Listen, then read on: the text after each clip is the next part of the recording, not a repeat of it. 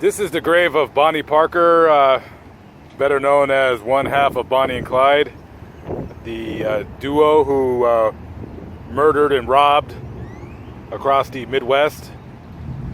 Hollywood has made their life story into several books and movies. 99% of people that pass through these gates come right here to pay homage to this woman. They'll leave coins and flowers, and right next to her right there, that's her mother, Emma Parker.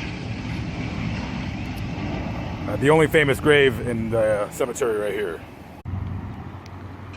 But nobody comes here to visit this girl. This is an unmarked grave. There's no tombstone, but I do know there's a little girl buried here. She was not even 10 years old. I believe she died last October. When I first came to this cemetery, she had pictures all around the grave with flowers and what have you, and I came back a month ago and everything was gone. There's no marker, there's no tombstone. I guess you can't just hang stuff here. Every cemetery has its policy. I'm not sure if the family could afford a stone, or maybe they're putting money away for one. But I don't know what she died of. I don't know her name. I know she was not even 10 years old. And I want to tell you a quick story. I came here because she had a bird feeder, right? And it was empty. So I just filled some of it right now because I seen it on the floor. I guess it fell off the tree and it crashed. So I put some in there and I'm going to fill it up before I leave here. So I hung up this bird feeder for her, just, for her to have a backup, in case this one gets empty. And a guy comes out of the office right over here. He comes out and he comes up to me. He goes, "What are you doing? What are you doing?" He had like this evil accent, foreign accent.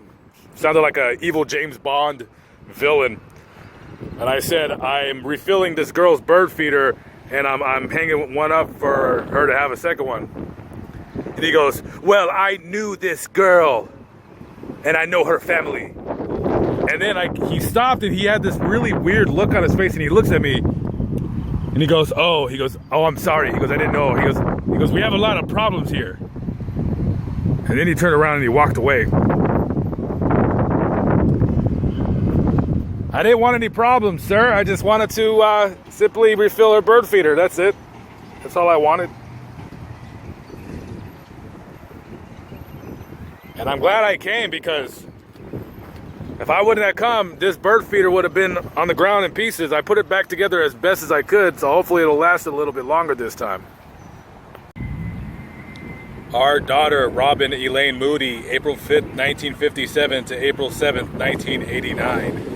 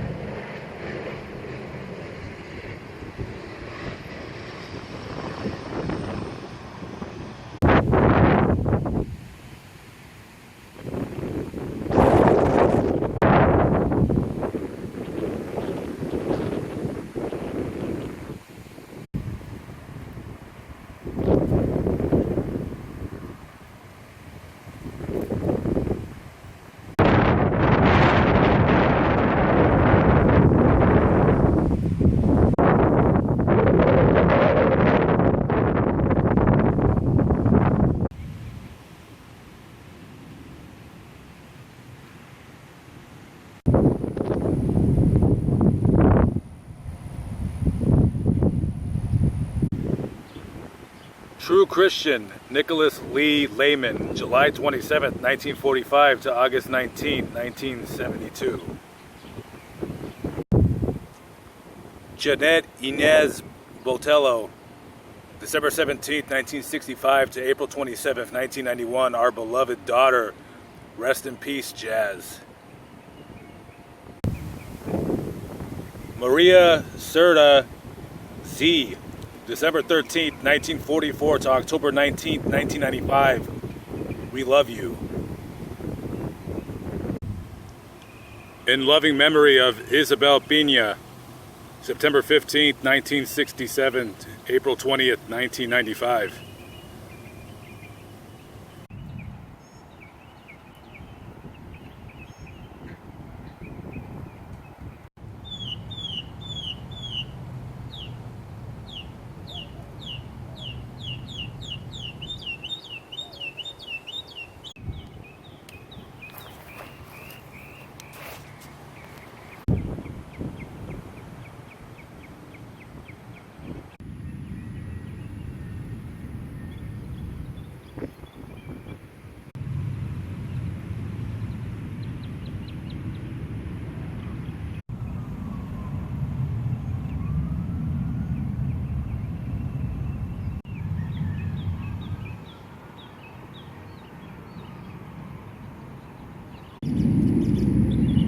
Son, Harold Lynn Ellard, May 5th, 1941 to July 20th, 1957. God bless my baby.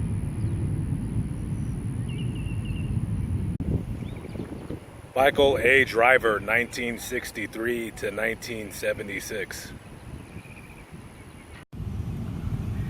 Loving son and brother, Horace W. Say, March 1st, 1959 to September 2nd, 1978. At peace and rest.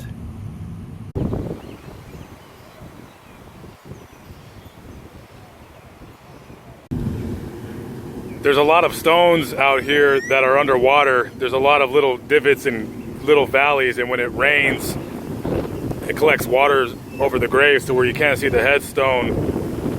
But there is one good thing that comes out of it.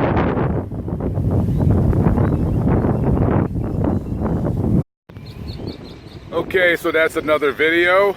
I am Lamont at Large. I am coming to you from the Crown Hill Mausoleum and Cemetery here in Dallas, Texas. And by the way, before I let you go, if you ever plan on coming down here to visit Bonnie Parker and pay your respects, why don't you do me a favor and come to this little girl's grave right here and pay her some respect. And while you're here, please refill her bird feeder. I would appreciate it. Live, but not live. But I'm still alive by the grace of God. My name is Lamont. Thank you for watching. Peace out.